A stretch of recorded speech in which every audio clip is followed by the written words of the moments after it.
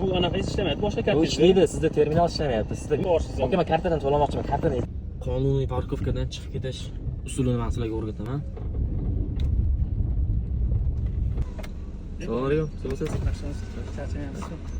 Nu qarang, sizlar bu yerda qonuniy ishlayotgan bo'lsanglar, UzCard uchun alohida terminal, Visa karta uchun alohida terminallar bo'lish kerak edi. Universalniy bo'lsa, urish kerak edi, internetga ulangan bo'lish kerak. Internetga ulangan, qarang, hammasini uradi-da, ko'rsatilgan. Siznikida puli yo'q deb turib, so'radim, rasmni o'chirib oldim siznikini. So'radim, puli bo'lmagan, bo'lmasam uradi dedi-da.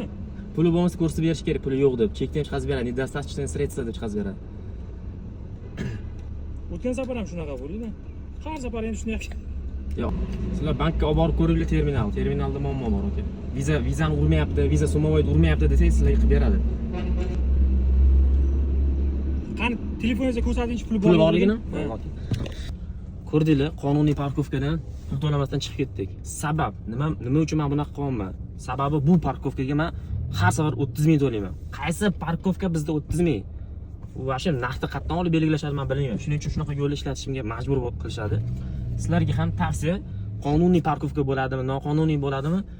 Qo'lingizga viza so'mini olib olinglar. Viza so'mdan yetsa bo'ladi. Prosta bularning terminali universal emas yoki viza kartalarni yetish uchun moslashmagan. Sog' bo'linglar.